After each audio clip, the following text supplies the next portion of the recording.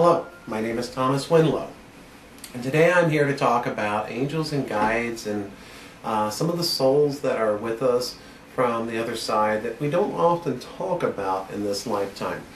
We're all born with guardians. We all have angels and guides around us through this whole lifetime.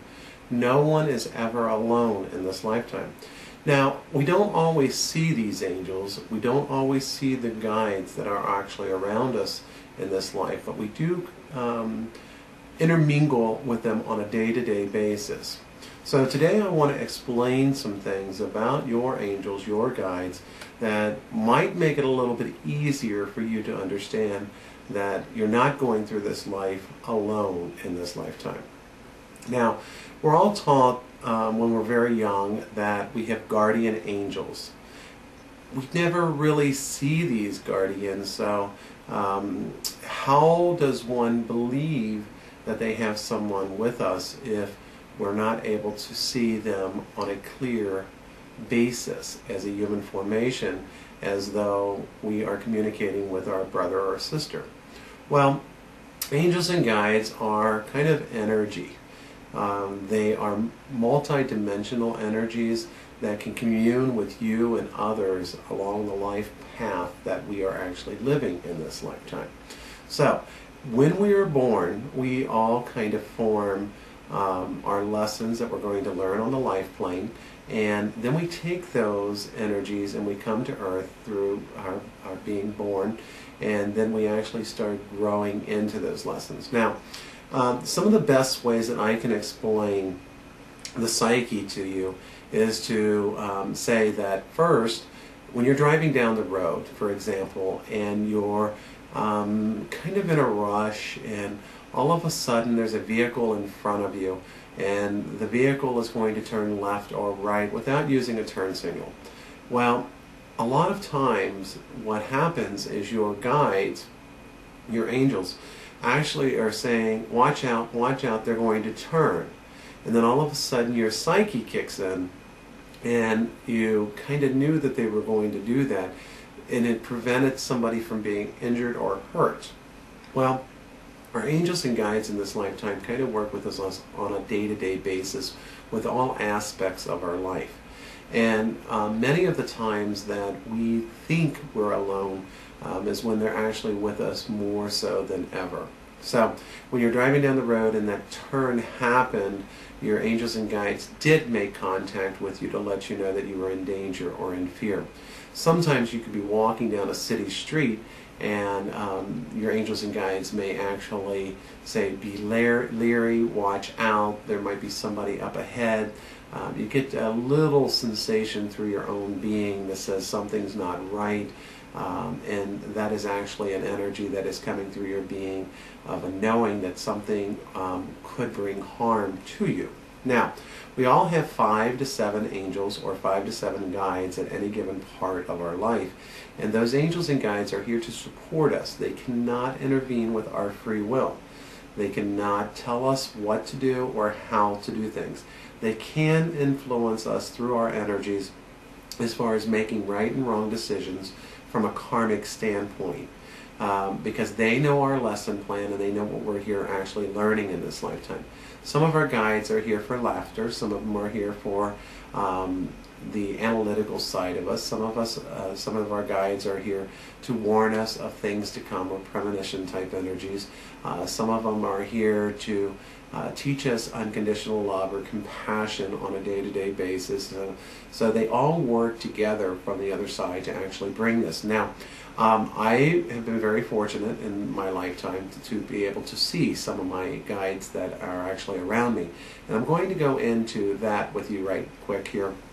And one of the things that I recommend to a lot of the students when I teach them is to sit down, find a time of day when your energy cycle seems like it's the lowest point. Now, we all run on energy, and we all have a lot of things to do during our day, but there is usually a time period in which your body understands that it's less energetic. Now, for me myself, it's between 2 and 3 o'clock in the afternoon. And I can actually lay down on the couch and relax my body pretty quickly there. So it can range any time of the day. Sometimes it's best in the evening, sometimes it's best in the early morning, sometimes it's best in the afternoon. And you have to kind of find out your biological clock on how and when your time for relaxation is best for you. I often recommend that if you're trying to make contact or communication with your angels and guides, that you set a time or a space, or both actually, for them to try to make contact with you as well. So you really want to try to learn to do this at the same time every day, so they can actually come through to you, either through the awakening energy or the dream state energy, to let you know that they're around you. Now, we all have guides for many different reasons, and we also have a master guide that actually kind of runs a checklist for us on the other side, so we can actually maintain or actually go through this lifetime and accomplish everything that we came here for to begin with. Now, because the life itself is kind of uncertain, that means you may be here for 100 years, or you may be here for 2 years. Sometimes we don't understand why children actually leave the earth plane so young, or why somebody in their 30s or 40s actually leave the earth plane when there's so much here to do on the earth. Well, everything is karmic lessons from life to death, and we're all learning some of those lessons through those experiences that we actually go through on a day-to-day basis. Our master guide actually knows all of our mission, and I'm going to explain some things today that maybe you're aware of and maybe you're not aware of, but I want to talk about the psyche itself. The psyche itself is actually an energy of wisdom from your past. It's actually communing with angels and guides or loved ones on the other side, and actually brings information forward to the conscious brain in this lifetime. We all get those messages. Sometimes they're very clear, sometimes they're very subtle, but they usually end up through our being one way or the other. Now, some people can overanalyze those energies and try to determine why, if these angels and guides are here, why aren't they showing themselves? Well, you have to understand that your angels and guides are not a human. They're not a human formation. They're not in a physical body. They're actually in an astral body or a soul-light body. So even though angels have appeared on the earth plane and have actually worked with people or intermingled with people in this lifetime, they're not necessarily supposed to be showing themselves on a day-to-day basis unless it's a necessary life or death situation. And we've all heard the stories where somebody's in desperate need and all of a sudden an angel appears, they show in a human formation, they help the person to safety, and all of a sudden they're gone and there's no trace in any way, shape, or form. I remember just recently I watched a story on, I believe it was 60 Minutes or maybe Nightline, but there was a young college lady that was actually in a fire, and she was actually helping others to get out of the building, and she ended up collapsing herself, and then all of a sudden an apparition actually appeared, helped her get to safety, and she was able to live, even though she had to go through many surgeries in this life to actually heal the physical body. It wasn't her time to go, so her guardian angel would actually have made themselves appear in the life formation, so she could actually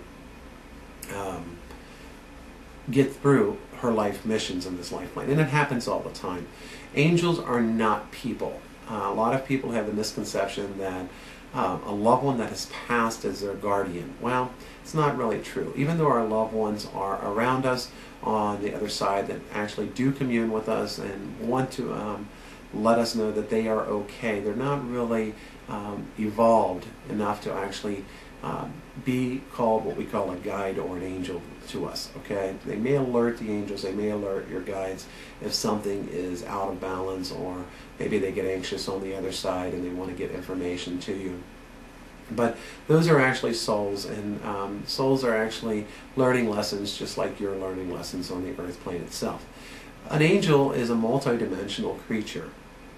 It's actually probably second in line from God, and it's able to actually read